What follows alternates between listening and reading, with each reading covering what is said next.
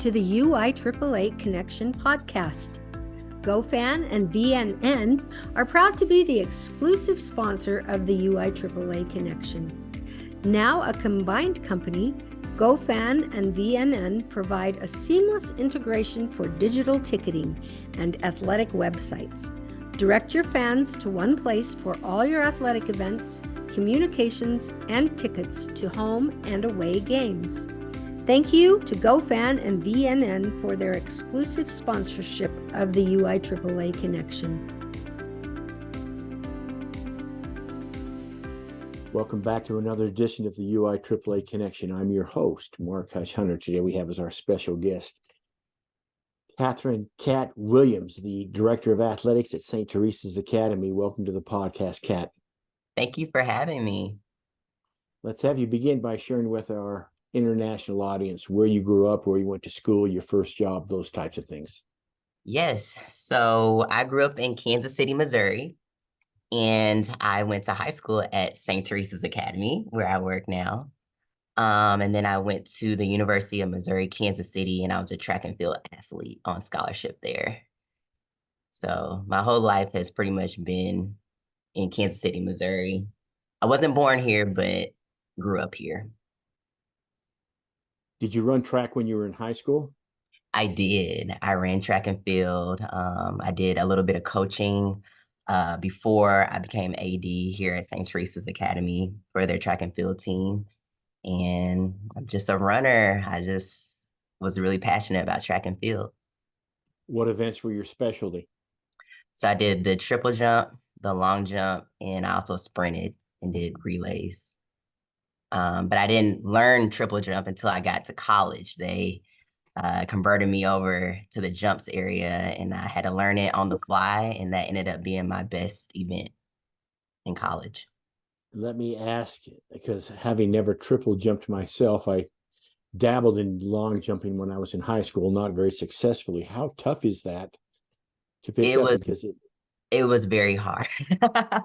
My coach was really strict.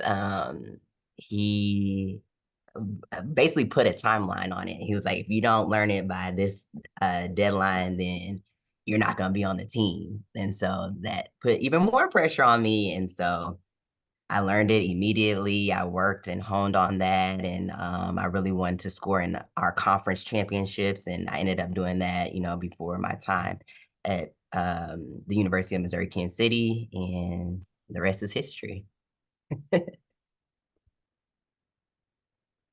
You were fairly fast in the 100 and the 200, then, I assume?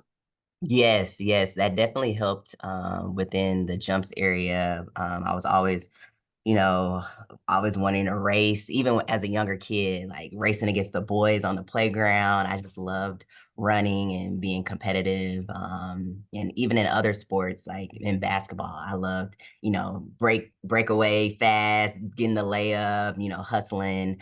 I was always really the fastest one on the team. So it just translated in other sports that I played.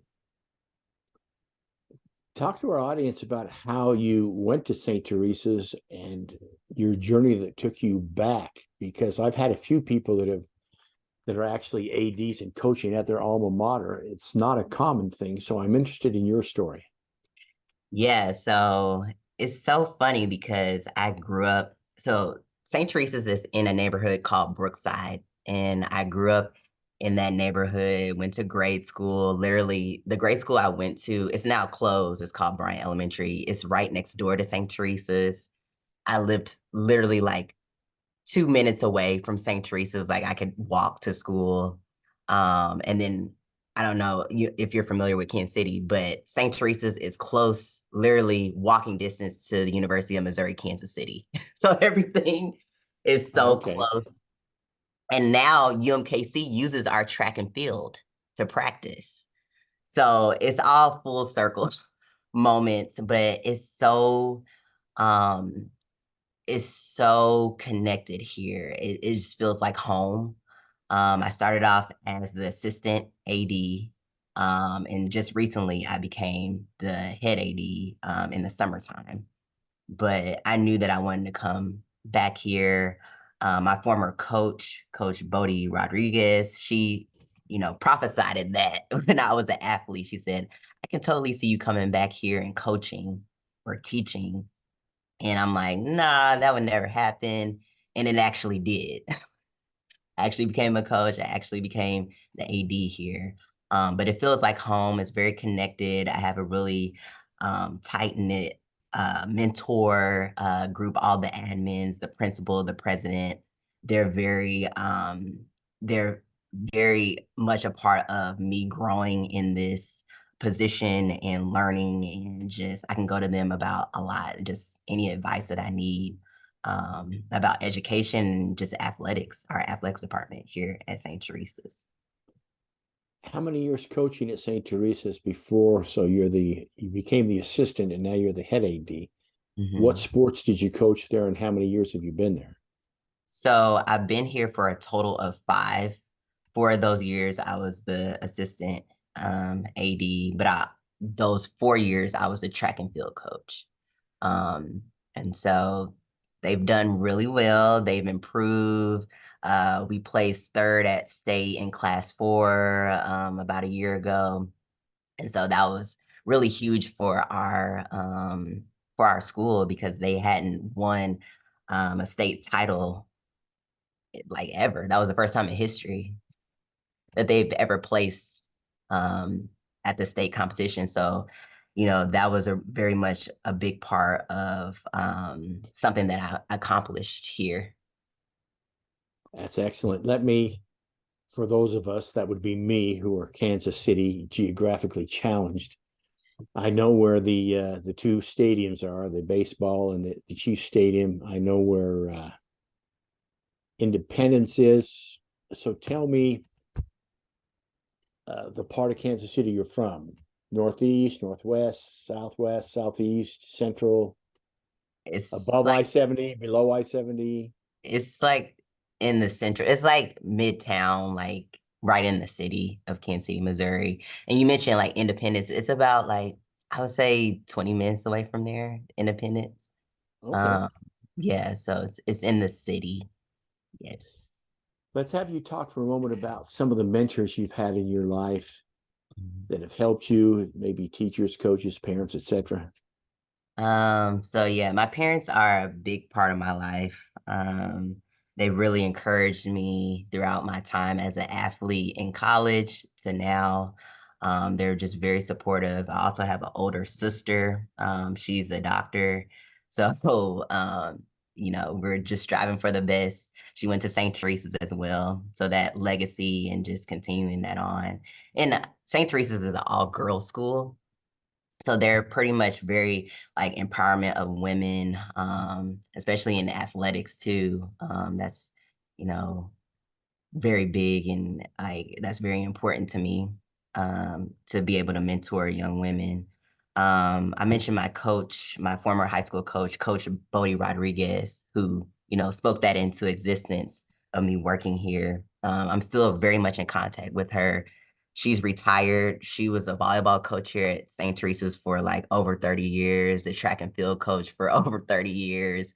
So just getting that wisdom from her every once in a while, I'll tell her to come to one of our meets or like, can we just go out to happy hour so I can just pick her brain on things.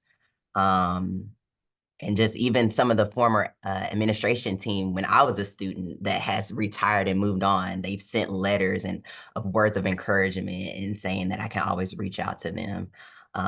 So that's very important to me.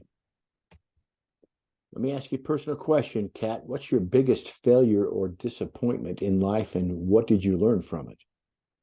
Um, I would say, mm, I don't have like a really big disappointment, but I think sometimes I like things to happen really fast. And Mm. that might be because I was an athlete, I was a runner, quick. I don't know. But sometimes I have to take a seat back and just take my time with things and also be patient. That's one thing that I'm always working on is to be more patient in certain situations. Um, I feel like in athletics, you have to think things through, especially when you're dealing with um, young adults and their parents. You just have to think things through, make sure that you're making the right decision and just moving forward.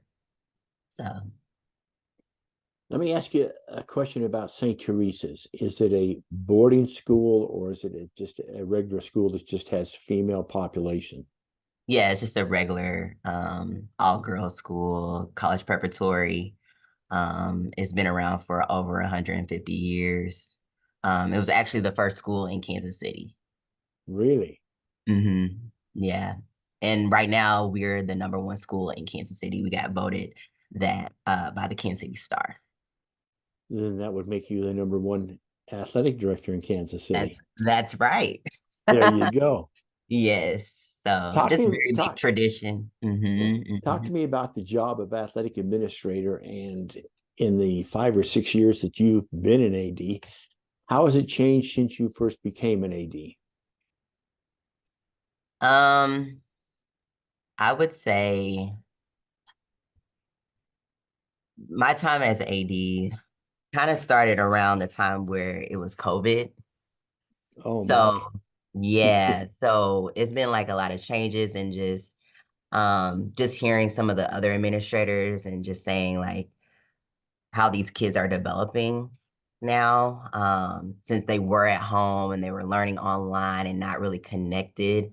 Um, One of my main things that I try to improve on is being connected with the kids. Like I want them to come to my office, feel comfortable talking to me and my staff if they ever have an issue.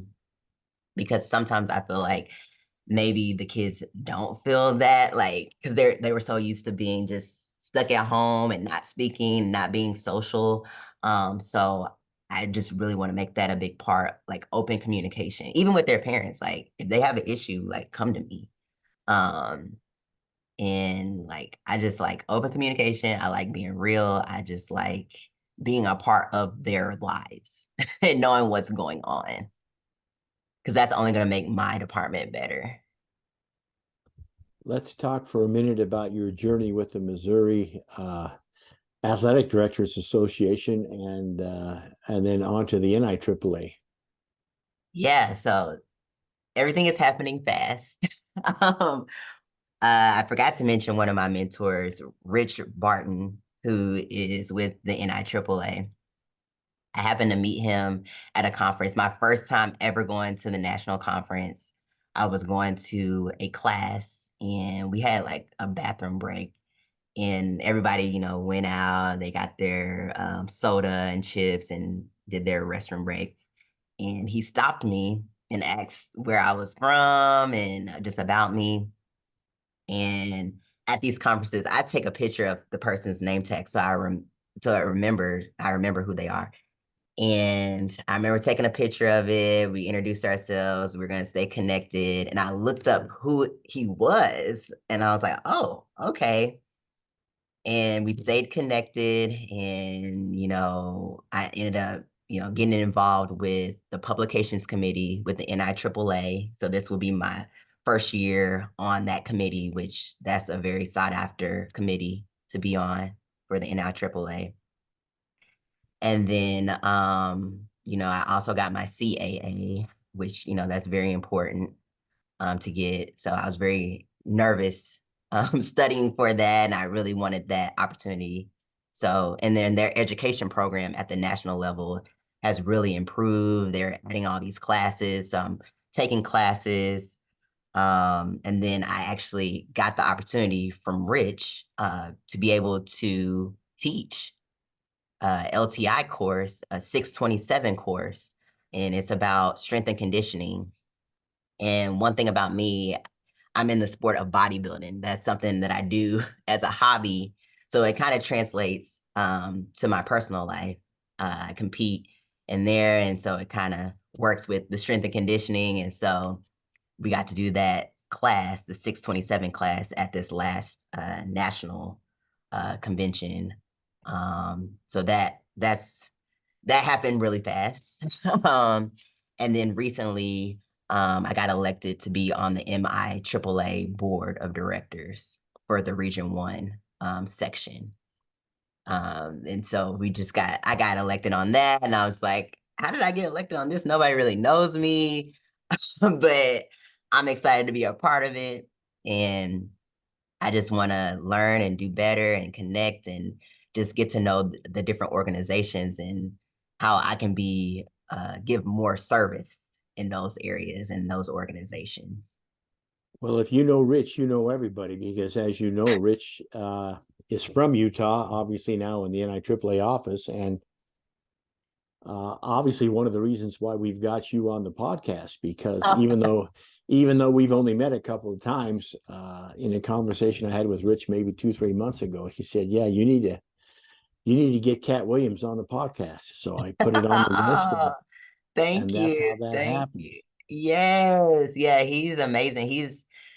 He's a big time supporter. Like, I didn't even know the direction to go. I just went to a conference. I didn't know what to do, and I just happened to meet him. And thank God that I did, because he's guided me in different directions and gave me different connections. And it's up to me to complete that connection. But he he's been a big part of my journey as AD. Well, let me ask you this, because I know a few people from Missouri. I know Marty O'Hearn, Okay. Yes. Josh Scott, Mike McGurk, and I'm my question is loaded because I'm assuming that those three treat you well, because if they don't treat you well, I have the hotline to Big Rich and we can fix that up. Yeah. Yes. And now Josh Scott, is it the director or I need to learn more. Yes, The president? he's taken over for Marty, correct? Yes, he's taking over from Yeah. Marty, which, that is huge. Like, I'm so happy for him and all that he's gonna continue to do for the MIAAA. Yes, I know Mike McGurk from Lee Summit North. We play against his teams a lot. He's very involved, especially with the education part of, the MIAAA and NIAAA. So yeah, and then Mike McGurk has been assigned as my mentor for the MIAAA now that I'm on the board. So yes, all Excellent. those people are pretty much connected, and I'm glad that I get to be a part of the group. Talk about your attendance at the most recent NIAAA conference in Orlando and maybe share some experiences that you had there. It was amazing. And I'm so glad that I get to be on the publications committee, because we have our meeting on really one of those first days of the conference. And in that meeting, we literally talk about everything that is going on in the world of AD. And it was just so cool to hear different states and how they do things, and just different takeaways.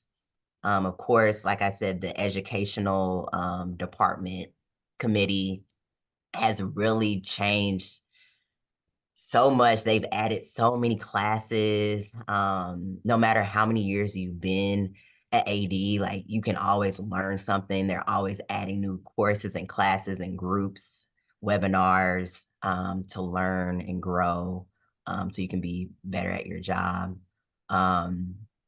But yeah, the connections are amazing. And I loved teaching there too. To be able to teach, like, that was a good experience as well.